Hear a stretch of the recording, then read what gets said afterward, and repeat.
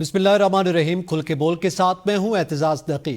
آج کے پروگرام میں ہم سب سے پہلے تو ذکر کریں گے کہ اسلام آباد ہائی کورٹ کے جسٹس طارق محمود جہانگیری کی ڈگری کا معاملہ جسے سینڈیکیٹ اجلاس میں منسوخ کیا گیا، اس حوالے سے بات کریں گے. اور اس کے ساتھ ساتھ ہم ذکر کریں گے کہ chief justice supreme court justice قاضی فائز عیسیٰ کی ایکسٹینشن کے معاملے کو لے کر حکومتی عہدیداران کے متضاد دعوے سامنے آ رہے ہیں. ایسا کیوں ہے؟ اس کے ساتھ ساتھ ہم بات کریں گے کہ بانی پی ٹی آئی نے جیل میں صحافیوں سے گفتگو کرتے ہوئے مذاکرات پر اپنا موقف جو ہے وہ سامنے رکھا ہے، جس میں انہوں نے با اختیار سے مذاکرات کرنے کا جو ان کا موقف تھا اس کو دہرایا ہے. اس پہ بھی بات کریں گے. پینلسٹ میں ہمارے ساتھ موجود ہیں قمر میکن، حماد حسن، عادل سعید عباسی اور برطراز گوندل. تمام پینلسٹ کو ویلکم کروں گا. سب سے پہلے میں میکن صاحب آپ سے جاننا چاہوں گا کہ اسلام آباد ہائی کورٹ کے جسٹس طارق جہانگیری کی ڈگری کا معاملہ ہے جسے رائٹ کمیشن کے تحت آپ کے علم میں ہے سینڈیکیٹ اجلاس میں منسوخ کیا جاتا ہے، لیکن دوسری جانب آرٹیکل 209 کے تحت سپریم کورٹ یا ہائی کورٹ کے ججز کی انکوائری نہیں ہو سکتی ماں سوائے جو ہے سپریم جوڈیشل کمیشن کے اجازت نامے کے بغیر. تو کیا سمجھتے ہیں اس معاملے میں آئین کو پس پش ڈالا گیا یا اس کا بھی کوئی راستہ موجود تھا؟ بہت شکریہ نقی صاحب. دیکھیے، سب سے پہلے اہم بات یہ ہے کہ عین اسی وقت جب تمام کے تمام قمر میکن صاحب مجھے سن پا رہے ہیں آپ؟ جی میں سن پا رہا ہوں. میری آواز آ رہی ہے آپ کو؟ میں سن پا رہا ہوں نقی صاحب، میری آواز آ رہی ہے آپ کو؟ جی جی آپ کی آواز آ رہی ہے، بولیے پلیز. جی میں نے کہا یہ بڑا ہی اس وقت جو وقت ہے، جو ٹائمنگ ہے وہ بڑی اہم ہے. اس وقت ٹریبیونلز کے اندر کیسز جو ہیں وہ موجود ہیں، اور اس کے بعد یہ ان 6 ججز میں بھی شامل ہیں جنہوں نے ایجنسیز کی مداخلت کے بعد جو ہے وہ سپریم کورٹ کو خط لکھا اور اس پر ایکشن لینے کے جو تمام تر اقدامات کرنے کی درخواست جو ہے وہ بھی کی تھی. اور اس کے اوپر دیکھیے آلریڈی ایک بڑا ہی اہم کیس جو ہے اسلام آباد ہائی کورٹ کے اندر چل رہا ہے توہین عدالت کا.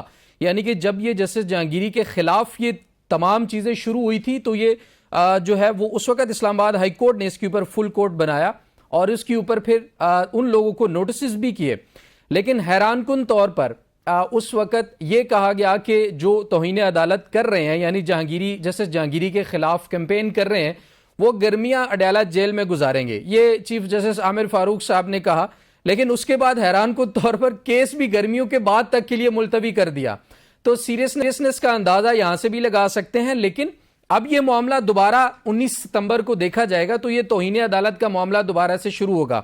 اب اس کے اوپر جو مزید آپ کا جو سوال تھا کہ جوڈیشل کمیشن میں یہ سارا معاملہ جانا چاہیے اور ہمارا آئین اور قانون بھی اسی کی اجازت دیتا ہے، تو یہ جوڈیشل کمیشن میں ہی معاملہ دیکھا جانا چاہیے. تو اس کے بعد یہ ساری کی ساری ملائن کرنے کے لیے ججز کے اوپر جتنی بھی اس طرح کی کیمپین ہوتی ہے وہ ایک پولیٹیکل گین کے لیے ہوتی ہے، جو اس وقت حکومت اور ان کے سہولت کار خاص طور پر بخوبی کھیل رہے ہیں اور ان کو اس چیز کا فائدہ ہو بھی رہا ہے، اور وہ ان لوگوں کو بے وقوف بنانے کی کوشش کر رہے ہیں جن کے بارے میں میرے خیال میں پوری قوم جانتی ہے کہ وہ پہلے سے ہی کچھ زیادہ عقل مند ہیں بھی نہیں. وہ کسی شخص نے کہا تھا کہ ایک تو یہ پڑھے لکھے نہیں ہیں اور دوسرا ان کو پڑھنے لکھنے کا شوق بھی نہیں ہے. تو یہ گھوم پھر کے معاملہ جو ہے انہی کے گلے پڑے گا. دیکھیے گا یہ اس کے اوپر کوئی چیز بھی ان کو حاصل نہیں ہوگی. اور اسلام آباد ہائی کورٹ کا جو فل کورٹ 19 تاریخ کو اس کے اوپر سماعت کرے گا، اس میں دیکھیے گا کہ کراچی میں جو ڈگری اب آ کر جعلی قرار دیتے ہوئے منسوخ کی گئی ہے، یہ معاملہ بھی زیر بحث آئے گا اور کراچی یونیورسٹی سے بھی سوال ہو سکتے ہیں. اور جورسڈکشن جو ہے وہ اسلام آباد ہائی کورٹ کی اس تناسب سے وہاں پر بن سکتی ہے کہ توہین عدالت کا کیس ملک میں کہیں بھی بیٹھا کوئی شخص اگر کسی جج کے خلاف توہین عدالت کا مرتکب ہو رہا ہے تو وہ کراچی یونیورسٹی کے ان لوگوں سے تمام تر ایجنڈا طلب کر کے یہ سارے معاملات کی تحقیقات ہوں گی. کیونکہ یہ صرف ایک جسٹس طارق محمود جہانگیری نہیں ہے، یہ عدلیہ کی بقا کا معاملہ ہے. اور اس میں اگر آج ایک جج جو ہے وہ شکار ہوتے ہیں تو اس کے بعد بہت سارے مزید ججز بھی اس کا شکار ہو سکتے ہیں. تو مجھے یہ ضرور لگتا ہے کہ وہ جو ایک سیانے نے کسی نے سبق سکھایا تھا نا کہ ایک گٹھی کی طرح مضبوط ہو کر رہیں گے تو آپ کو توڑنا مشکل ہوگا. تو اب ججز کو میرے خیال میں اس کے اوپر سٹینڈ لینا پڑے گا کہ اتنے عرصے بعد، اتنے وقت کے بعد جب ذاتی چیزوں کا معاملہ آیا اور ذاتیات کا معاملہ آیا، اپنے کیسز کا معاملہ آیا، اپنی سیٹیں کھو جانے کا ڈر ان کو لگا، تو اب آ کے ان لوگوں نے جو ہے یہ تمام تر ہتھ کنڈے جو ہیں وہ ججز کے خلاف شروع کر دیے. تو بہتر ہوتا ہے کہ اس کو جوڈیشل کمیشن ہی دیکھتا. اس طرح سے میرے خیال میں ان لوگوں کے لیے مزید مشکلات ہیں جو یہ ساری کیمپین کر رہے ہیں.